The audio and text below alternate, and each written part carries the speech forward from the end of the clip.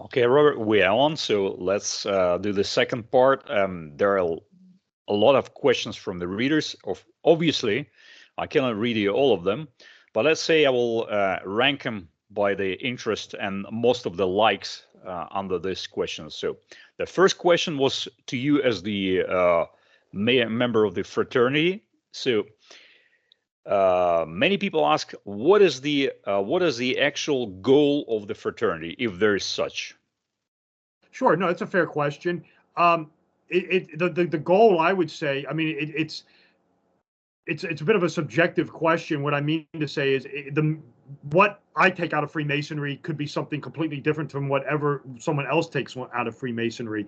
I believe, the fraternity, just from a standpoint of its involvement in the community. I mean, it tries to support charities. It does a ton of charity work. And it tries, I mean, the motto with it is it tries to make good men better. So it teaches a system of morality through use of symbolism. Now, of course, in my books, I document that it also, this, contains a lot of esoteric, themes in it and esoteric undercurrents and maybe even overcurrents at this point. But just on its simplest, most above board basic, explanation is it's a fraternal organization that does a ton of charity work, and it tries to make its members, the brothers in the fraternity, better members of society. I guess that's its ultimate function. Okay, but this is the so-called exoteric goal. But what about the esoteric goal? Okay, the esoteric side of it would be to me, in my opinion, and again, I'm giving you a subjective answer. This is just my take on it. I don't want to make it sound like I'm speaking for someone else. I'm just giving you my take on it. It's to try to bring, it's the purpose of all secret societies and all orders that have secret initiation rites. It's the purpose is on an esoteric level is to bring the person, the candidate, to make them know thyself, to let the candidate, whoever that true person is, to awaken it and let that person go out and affect the community or the world in a positive fashion. That's what I believe the rituals are ultimately designed to do, is to extinguish the old self and rebirth the new self. Okay, you hear this term all the time, coming from darkness to light. Yes. In Masonry, the term that you'll hear often is, and if you're a Freemason and you're watching this, the term that's used is a rough ashlar to a perfect ashlar. That's another term that's used.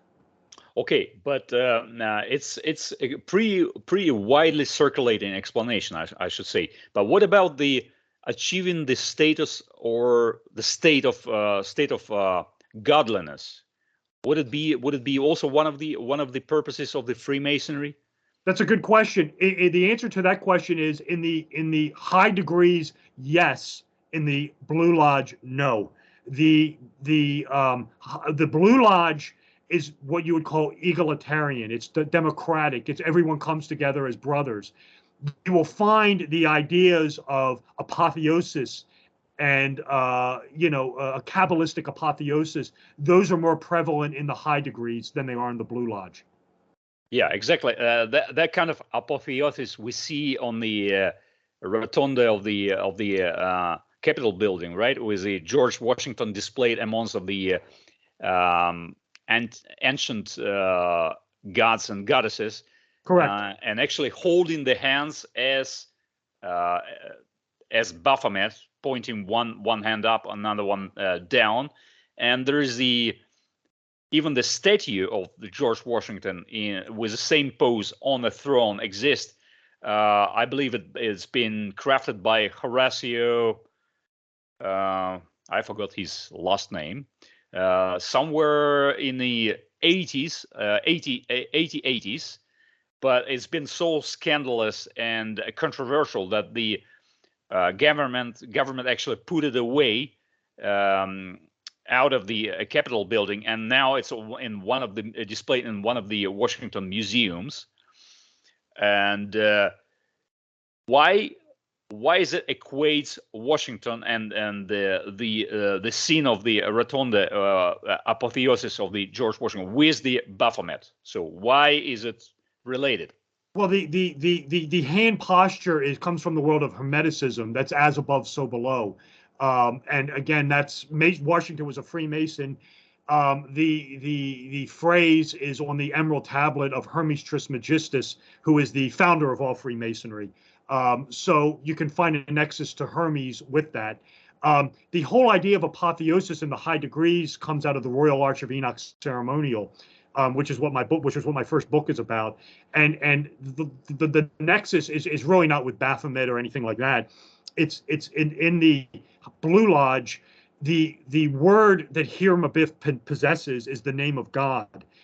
It's what's called the Tetragrammaton, and it's lost in the Blue Lodge. He's murdered for it. These three fellowcrafts tried to extract this name from him, and he won't give it up, so he's murdered. And this is what the third degree lodge revolves around. If you fast forward to the high degrees, and this is what I talk about in the first book, the word is recovered. It's recovered in this high degree ceremonial known as the Royal Arch of Enoch. And if you're familiar with this context of the United States, it was this degree that really sort of, when you recover the lost word, you're finding the name of God, which is in itself God itself. So the idea was, and this is the way it was used in the early parts of the country. This was all undone in the 1820s. And the guy who was doing this was a guy by the name of DeWitt Clinton, who was basically the head of the American Illuminati faction. But what Clinton and these high degree Freemasons were doing was you had to have symbolically, you had to have this sacred name, because if you had the sacred name, you were by de facto God. And accordingly, that gave you the express warrant to rule over others. Again, this was all completely undone in the 1820s, but that was the whole purpose of the high degrees. It was sort of like divine approbation, or apotheosis with the candidate. So you will find it exists to this day. I mean, the degrees are still there. The Royal Arch is still there. The secret name of God is still there, but it's basically been neutered, for lack of a better word. The Masons don't have the power that they used to have, especially in this country, because of something known as the William Morgan affair of the 1820s. But the whole idea of divine appropriation, kingship, apotheosis comes out of this high degree known as the Royal Arch of Enoch, centering around this secret name of God, which is lost in the Blue Lodge, yet recovered in the high degrees. Robert, since you mentioned the name of Captain William Morgan, the guy who published the book which contained the secret postures and gestures of Freemasonry, which was objected by his own lodge, because he was a member of the lodge for almost 30 years. I believe he was a master mason for almost 30 years. And he still published the book against the will of the lodge. And according to the official recorded history, he was abducted and killed by his fellow Freemason. The editor who was supposed to publish his book, his building was burned, but the book was still published even after the death of Captain Morgan. And then it's been rumored, I don't know if it's actually true, the numbers, the 50,000 Masons, Freemasons in the United States actually left the fraternity because of this debacle. So what is the actually official take within the lodges about this history? Because this is the true history. Nobody actually denies this, because the guy who admitted abduction and subsequential murder of Captain Morgan, he was a Freemason. He confessed on a deathbed, so it's not been publicly even discussed or debated.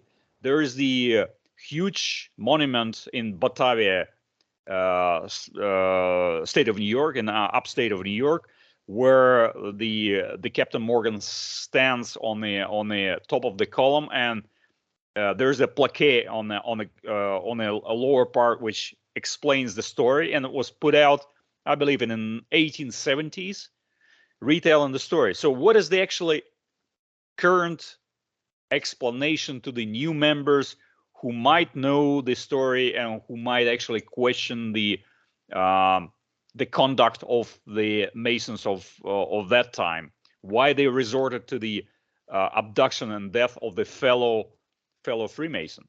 Right. No, I think you summed it up pretty well. Morgan was either a Freemason or he was a trickster. It is not 100% known whether he was actually a Mason or if he had tricked his way into a lodge or he was just holding himself out as a Mason and wasn't a Mason. But regardless, he was exposing the secrets. He was exposing what he was ultimately exposing was that the Freemasons were running the country. DeWitt Clinton was the guy who was behind both the Federalists and the Jeffersonian Republicans. He was basically the guy pulling the strings on all of it. And Morgan was essentially was exposing this through this work. And you're absolutely correct. He was abducted by the Masons. They likely took him over the border into Canada, and he was never seen from again, likely murdered. And what happened to him, your guess is as good as mine. And you're right. There was this huge backlash in the United States against Freemasonry, and it was essentially had all its power undercut. What was once perceived as a patriotic order was now looked upon as a black magic conspiracy cult. And because of this, and you're absolutely correct, a lot of men left the Brotherhood. I believe the Grand Lodge of Vermont closed, and it was almost a form of wokeism back then, where teachers wouldn't teach the children of Masons unless they renounced it. People wouldn't hire Freemasons if they found out there was one. So it was a huge backlash against it. Its power was undercut. The only reason Freemasonry survived it in this country was twofold. One was that it distanced itself. It completely exorcised any notion that it had anything to do with the arcane or the mysterious or the occult. That was washed away. It was basically reborn as we're a society of people who do charity work. We help widows and orphans. That's it. End of story. Any notion of Hermeticism, the esoteric, the occult, we don't have anything to do with that. Of course, it does, but it was basically swept under the carpet. The other reason that it survived was because of the president of the time. At the time was a man named Andrew Jackson, who was a former Grand Master of the state of Tennessee, and he didn't cave into it. He didn't renounce Masonry. He didn't put it down. He basically said, hey, I'm a proud Mason, and it's not going anywhere anytime soon.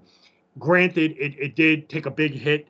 One of the side effects, one of the unforeseen consequences, as it were, of Freemasonry was the creation of, although DeWitt Clinton's Illuminati was defunct and basically thwarted and defeated, it birthed a new one. And it was because of this anti-Masonic backlash that Skull and Bones was founded at Yale University to sort of be this new Illuminati type organization to replace DeWitt Clinton's New York Royal Arch Illuminati machine, as it were. So that was one of the unforeseen consequences of it. So no, I mean that's the Masonic history. That's the way it's told. That's my understanding of it. It's no secret. Masonry survives it.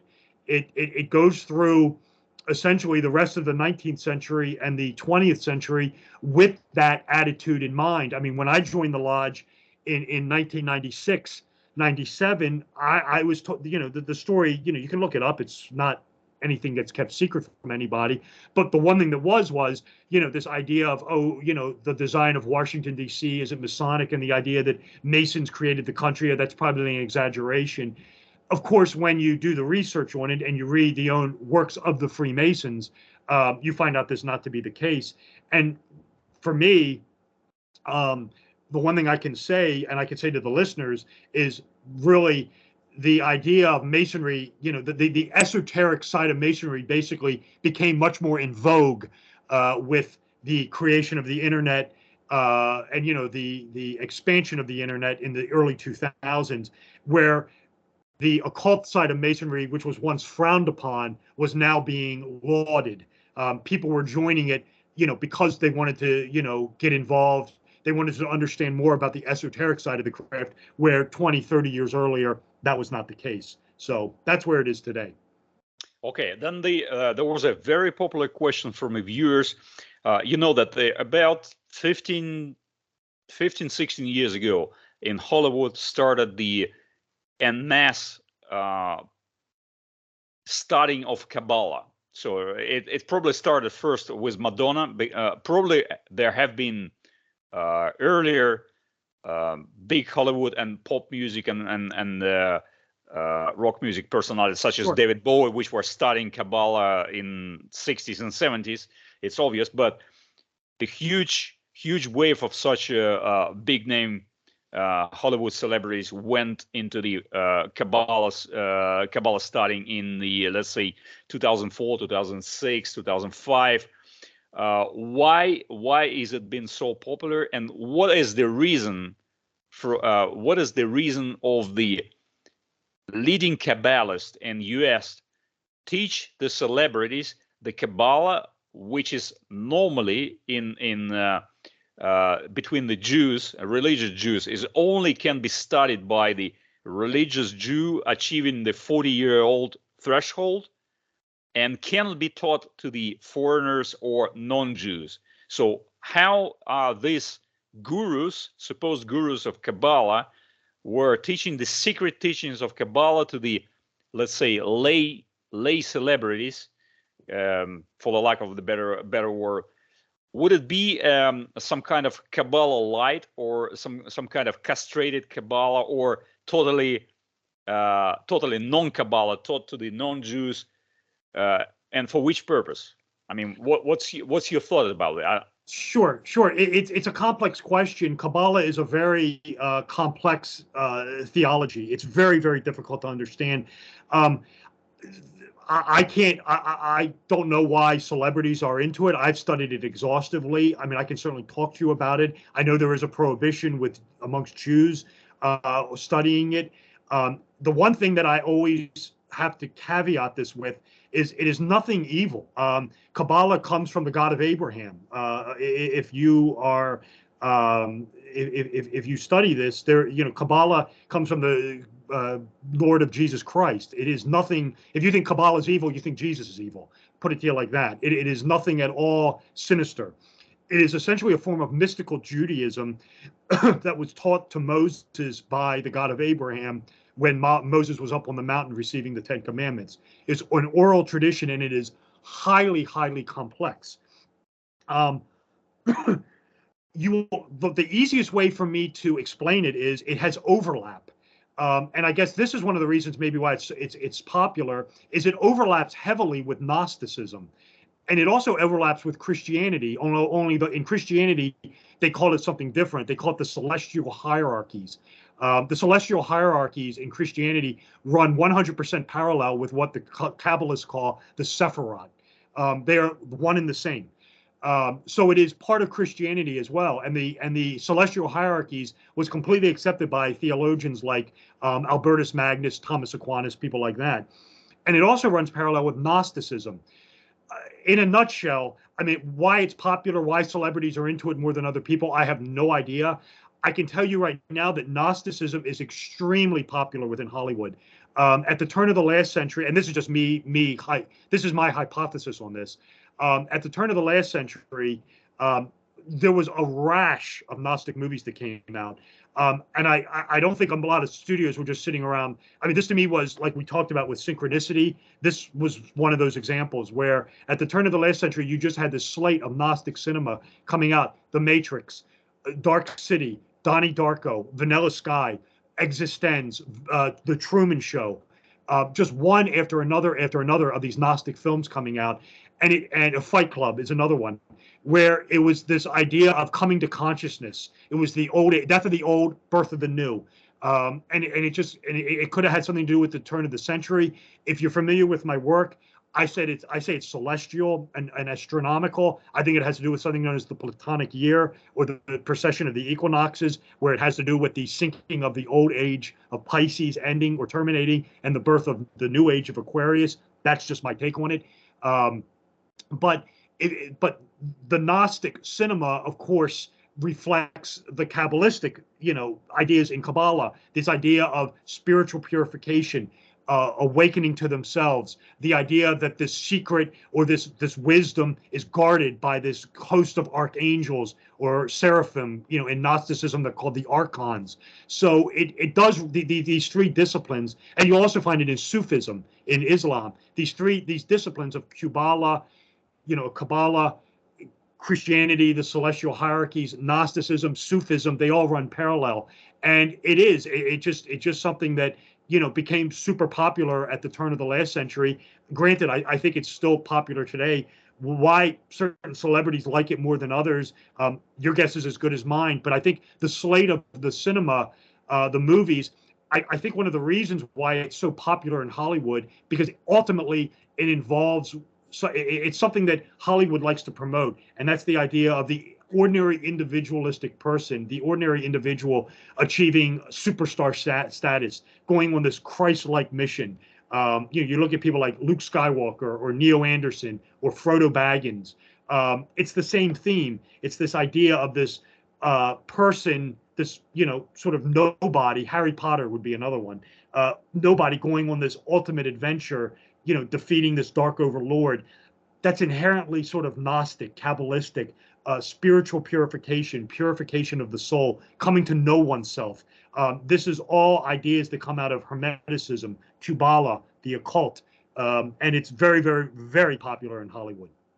Robert, I think since you're very knowledgeable about Kabbalah and you studied it yourself, so I think we should dedicate entirely the entire interview to Kabbalah, because it's such a large body of knowledge and large topic, and everybody who watched our previous interview asked the same question. So I would ask the questions about the Kabbalah in probably our next interview if you would like. And last question, because I see we're already out of. I would love to come on, and I would love to come on with you and talk about Kabbalah, the celestial hierarchies, because that's very complex, and that will require a whole show, because there's a lot of symbolism. Exactly. There's a lot of symbolism that comes out of it. You're dealing with astronomy, the sun, the moon, Venus, Saturn. That all factors into this stuff. Robert, last question, since we're already out of time. Many people ask, who are these individuals or entities on your right side behind you, the statues? Oh yeah, absolutely. Over my one shoulder is a portrait of Oliver Cromwell, the Lord Protector of England. Now I see it. Yeah, I'll move over a little bit. That's a done from lifer of Oliver Cromwell by the artist Sir Robert Walker. It's a very unique piece. The lamp is a devil lamp. I purchased that. I don't want people to get the wrong idea. I purchased it in 1994. I just thought it was an interesting piece. It's pretty creepy. I just got it on my mantle behind me. And when I wrote my first work of fiction, A Pact with the Devil, I used it in the About the Arthur photo, and I thought it was a great picture. And I just think it's a cool lamp. Everyone who comes in and looks at it thinks, "Oh, what a great lamp!" It's creepy, but it's interesting. And the other thing behind me, you probably can see it, is a jug. That jug is from the Maryland Grand Lodge. It's from the 1920s. I have a lot of the Maryland Grand Lodge's china. I acquired it. I've got plates, saucers, cups, and that's a jug from the Maryland Grand Lodge. It has the square and compasses on it. In front of it, I don't know if you can see it, is a little bust of Sir Winston Churchill. I can see it on the top of this, but yeah, okay, yeah. So that's what that is. And who is this on the far right? The black statuette, the black figurine. Oh, the black figurine. Okay, I can't see it in my. Oh, that is a figurine that belonged to a character named Luckner Carbon. He was the head of something known as the Tonton Macu by Francois Duvalier. The figurine is actually the Tonton Macu. It's a bogeyman abducting children. It's very creepy. And I have it up there. I used to collect macabre artifacts. So that's where that came from. I don't do it as much anymore. So hold on. The secret police in Haiti was called Tonton Macu because of this legend, right? Correct. The Francois Duvalier, who was sort of this military dictator, he was into voodoo and things like that, and he formed a secret police force, and he called him the Tonton Macu after the Haitian bogeyman who abducts children. Now If, I know, because I've heard the term, but I didn't know actually the origin of the meaning. yeah, it means the term Tonton Maku means uncle with the basket, and it's a bogeyman who runs around with this basket collecting children who have been mean spirited, and he takes them back to hell to be punished. If you're familiar with the story of Krampus, it runs parallel with that. Yeah. If you watch the movie, if you want to be familiar with Francois Duvalier and the Tonton Maku, watch the movie. It came out in the 1990s called Serpent in the Rainbow. When he goes to Haiti, the voodoo guys who are terrorizing him are the Tonton Maku. Soaping in the Rainbow. Serpent and the Rainbow. Serpent and Rainbow. Okay. Serpent and the Rainbow. It's a Wes Craven movie. Go watch that if you want to learn more about the Tonton Maku. The good movie out of the past, the classical movie I like, it's The Comedians with Charles Burton, Elizabeth Taylor, and James Earl Jones. He was still young, pretty much that time. And Alec Guinness from the Star Wars. Yeah, exactly. 1965. It's a great movie. The scene is in Port-au-Prince, and amazing scenery, and it's a very deep movie. So I recommend, if you didn't watch it, please. Robert, thank you very much. It was a great show. So I hope to see you. I hope to see you again sometime soon at your convenience, and we'll probably talk about the Kabbalah, because it's a really large topic. Absolutely. Thank you so much for having me on DNA. It was my pleasure to be here. I love the show, and it was my pleasure. And whenever you want to have me back for an episode on Kabbalah, it'd be my pleasure. Okay. Thank you very much, Robert. Have a good day, and see you soon. Thank you. See you soon.